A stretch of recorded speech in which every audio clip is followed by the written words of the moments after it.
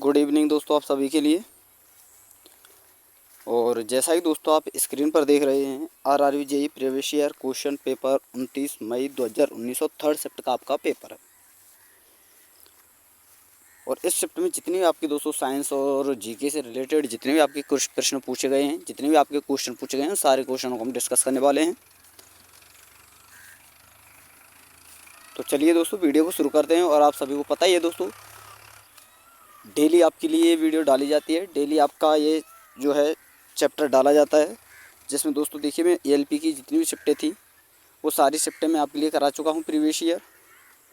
और अगर किसी ने वो शिफ्टें नहीं देखी हैं तो आपसे रिक्वेस्ट है उन शिफ्टों को देख लें।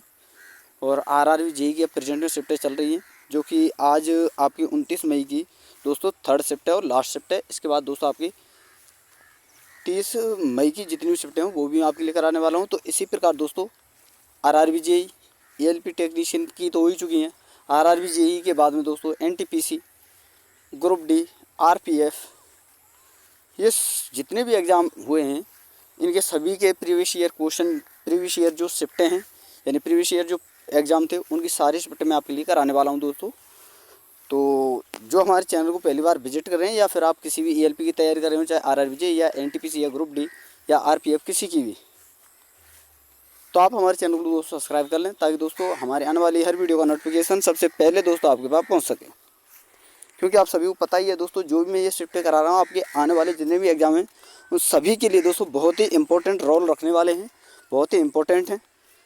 और इनसे दोस्तों बहुत ज़्यादा हेल्प आपको मिलने वाली है। और इससे आपको पता भी चलता है कि कैसा आपका पैटर्न होता है, कैसे आपके क्वेश्चन पूछे जाते हैं। और न्यूमेरिकल जो बनते हैं वो सारे न्यूमेरिकल भी मैं आपके लिए कराता हूँ।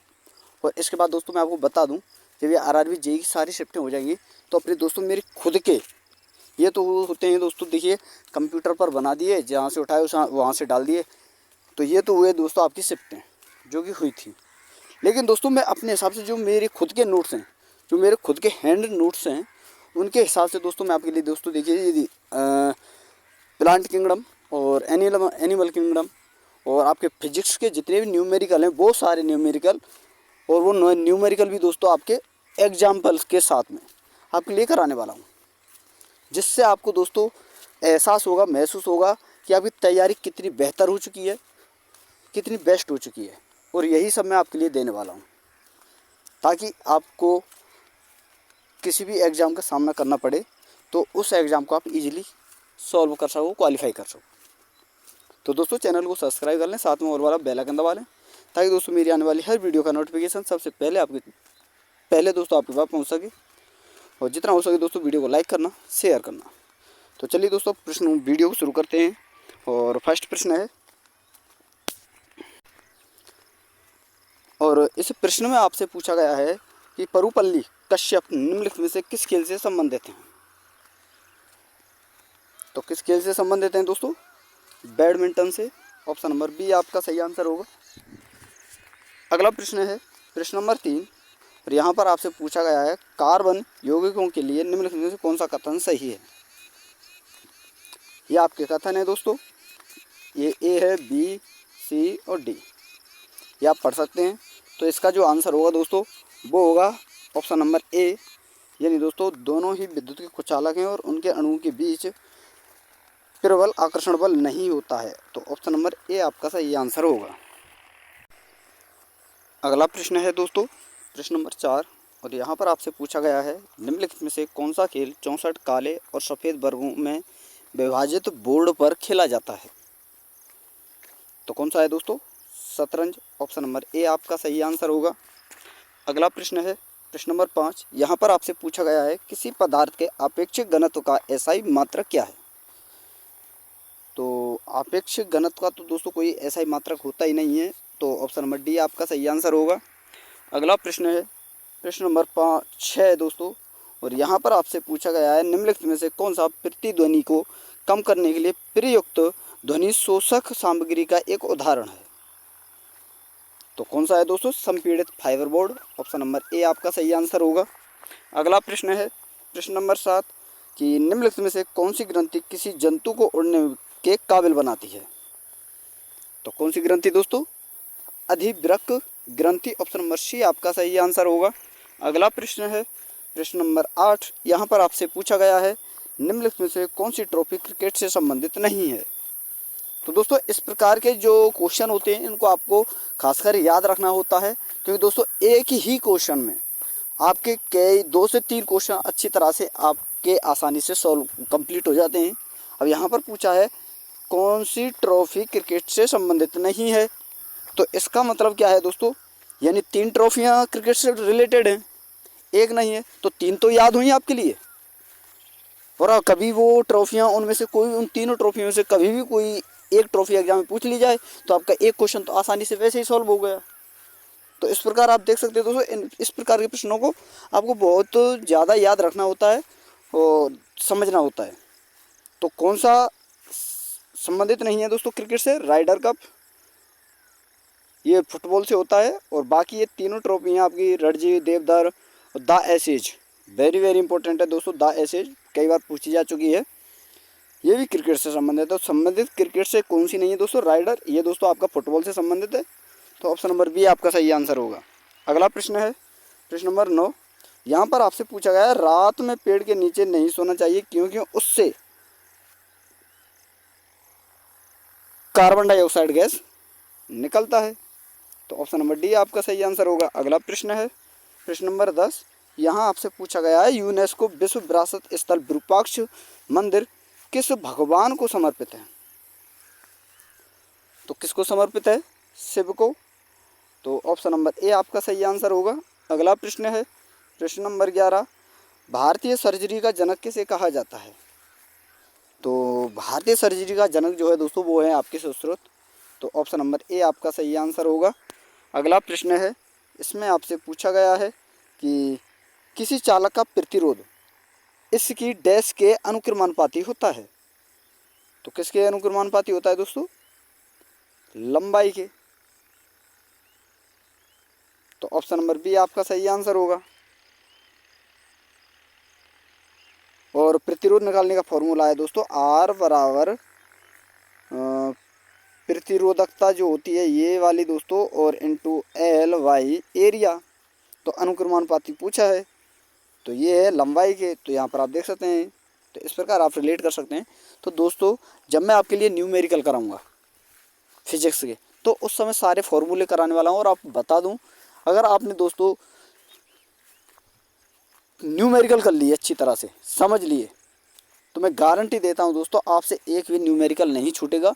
और जहाँ तक मैं बात सोचता हूँ दोस्तों 80% फिजिक्स आपकी न्यूमेरिकल बेस ही होती है। और 80 अगर आप न्यूमेरिकल कंप्लीट कर लेते हो तो आपकी जो 80% फिजिक्स है वो आसानी से सॉल्व हो जाती है, कंप्लीट हो जाती है। तो वो भी आप ज़रूर लगाना। लेकिन पहले हम ये शिफ्टें कंप्लीट कर लेते हैं, RRBJ फिर वो कराने वाले हैं। और आप सभी को पता ही है रविवार को आपके लिए दोस्तों जीके का एक टॉपिक डाला जाता है, लेकिन इस बार मैं नहीं डाल पाया, तो उसके लिए सॉरी। अगली बार ज़्यादा दिन भी नहीं बचे हैं।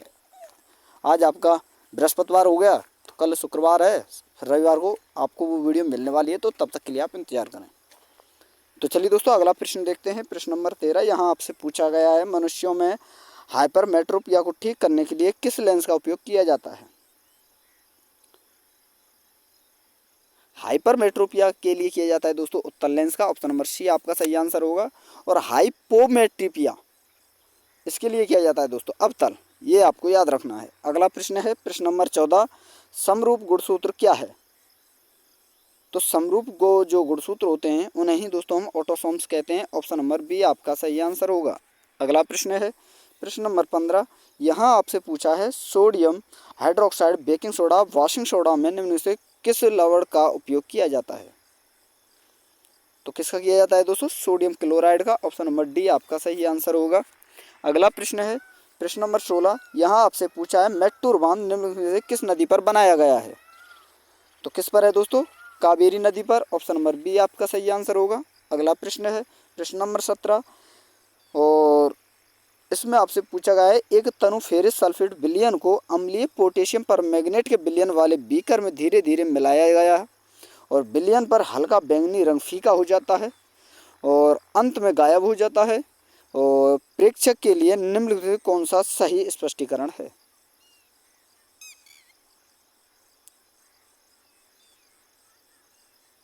इसका जो आंसर होने वाला है दोस्तों, आप ध्यान से देख लीजिए प्रश्न क्या पूछा गया है। और इसका जो आंसर सीधा सीधा वो जो होने वाला है वो है दोस्तों, जो पोटेशियम जो है इसमें पोटेशियम परमैंगनेट एक ऑक्सीकारक अभिकर्मक है, और जबकि फेरस सल्फेट का ऑक्सीकरण करता है। तो ऑप्शन नंबर सी आपका सही आंसर होगा। अगला प्रश्न है प्रश्न नंबर 18। यहाँ आपसे पूछा गया है भारतीय वन्यजीव संस्थान का मुख्यालय कहाँ स्थित है।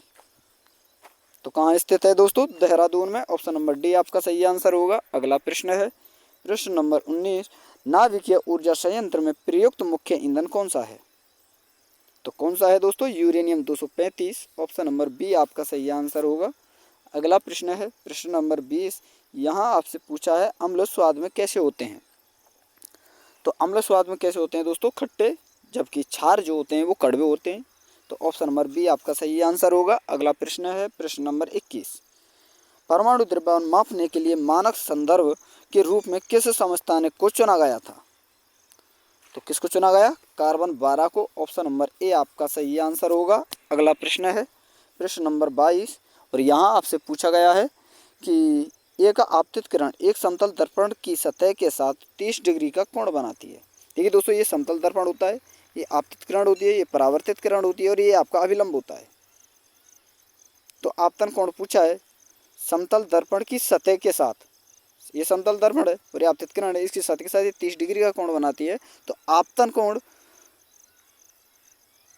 ज्ञात कीजिए। तो 30 डिग्री का एक आपतित किरण कोण बनाती है। तो आपतित किरण के साथ जो समतल डिग्री, समतल के साथ आपतित किरण का जो कोण बनता है उसे दोस्तों हम आपतन कोण कहते हैं। तो वो कोण कितना होगा दोस्तों, 30 डिग्री। ऑप्शन नंबर बी आपका सही आंसर होगा। अगला प्रश्न है प्रश्न नंबर 23। और यहाँ आपसे पूछा गया है कि किस मुगल सम्राट को सलीम के नाम से भी जाना जाता था। तो किसको दोस्तों, जहांगीर को। ऑप्शन नंबर ए आपका सही आंसर होगा। और अगला प्रश्न है आपसे पूछा गया है यहाँ पर कि धनुष मिसाइल डैश मिसाइल का एक नौसेना संस्करण है। तो किसकी एक नौसे किसका ये एक रूप है दोस्तों, ये पृथ्वी का। ऑप्शन नंबर सी आपका सही आंसर होगा। अगला प्रश्न है प्रश्न नंबर 25। यहाँ आपसे पूछा गया है कौन सी सामग्री रोटी को फूली हुई बनाती है। तो कौन सी दोस्तों, खमीर। ऑप्शन नंबर ए आपका सही आंसर हो, जिसे दोस्तों यीस्ट कहते हैं। अगला प्रश्न है प्रश्न नंबर 26। यहाँ आपसे पूछा गया किसी आवर्त में बाएं से दाएं जाने पर निम्न में कौन सा घटता है। तो बाएं से हमेशा दाएं जाते हैं तो दोस्तों देखिए परमाणु त्रिज्या घटती है। ऑप्शन नंबर बी आपका सही आंसर होगा। अगला प्रश्न है प्रश्न नंबर 27। यहाँ आपसे पूछा गया है गठिया बात हमारे शरीर के किस हिस्से को प्रभावित करता है। तो गठिया बात जो होती है दोस्तों, इसे देसी भाषा में गठिया वाय के नाम से जाना जाता है, और ये जो है दोस्तों हमारे जॉइंटों को प्रभावित करती है। तो ऑप्शन नंबर आपका डी आपका सही आंसर होगा। अगला प्रश्न है प्रश्न नंबर 28। और इस प्रश्न में दोस्तों आपसे पूछा गया है लगेज में रोलर क्यों लगाए जाते हैं। तो क्यों लगाए जाते हैं दोस्तों, ये पहिए के घर्षण को कम कर देते हैं, और रोलिंग जो गति होती है, घूमने वाली जो गति होती है दोस्तों, उसे सुचारू और आसान बनाते हैं। तो ऑप्शन नंबर ए आपका सही आंसर होगा। अगला प्रश्न है प्रश्न नंबर 29। यहाँ आपसे पूछा गया है आयोडीन के समस्थानिक का उपयोग किस रोग के उपचार में किया जाता है। तो किस रोग के उपचार में किया जाता है दोस्तों, ये आपका घेंगा के उपचार में। ऑप्शन नंबर सी आपका सही आंसर होगा। अगला प्रश्न है प्रश्न नंबर 30।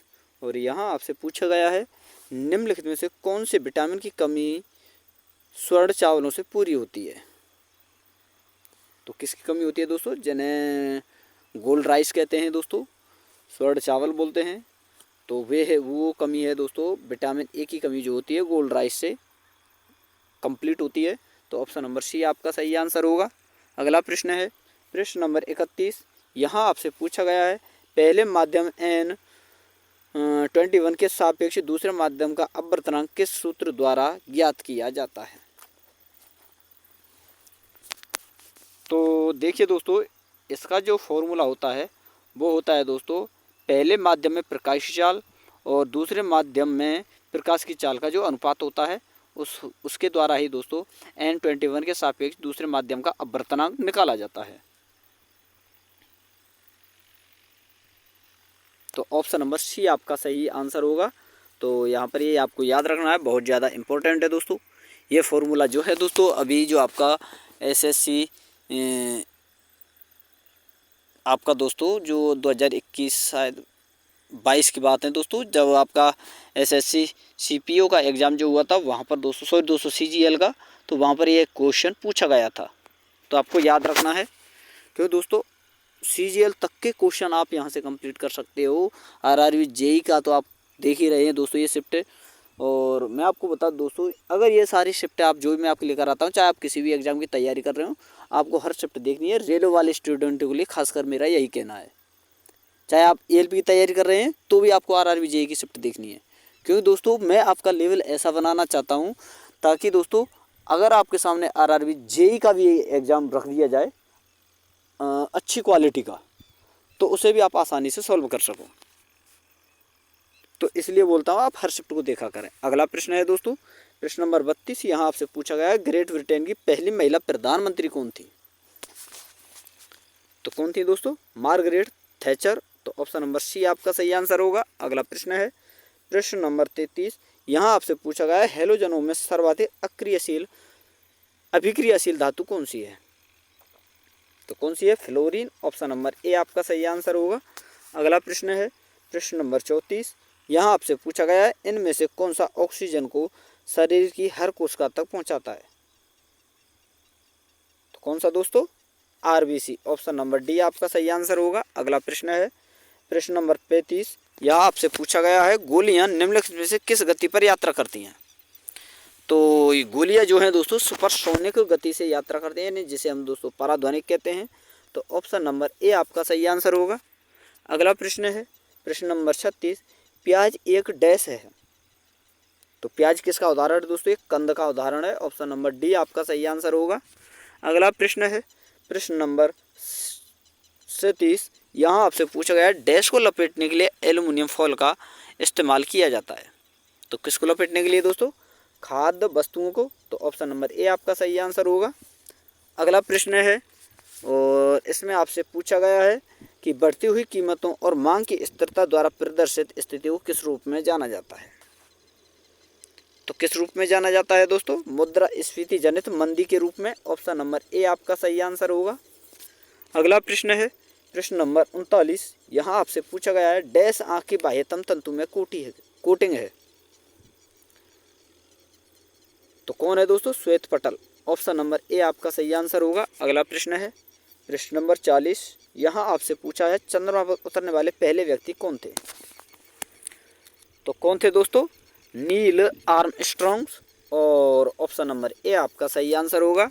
अगला प्रश्न है प्रश्न नंबर 41। यहाँ आपसे पूछा गया है भारत में सर्वोच्च पर्वत शिखर कौन सा है? तो कौन सा है दोस्तों?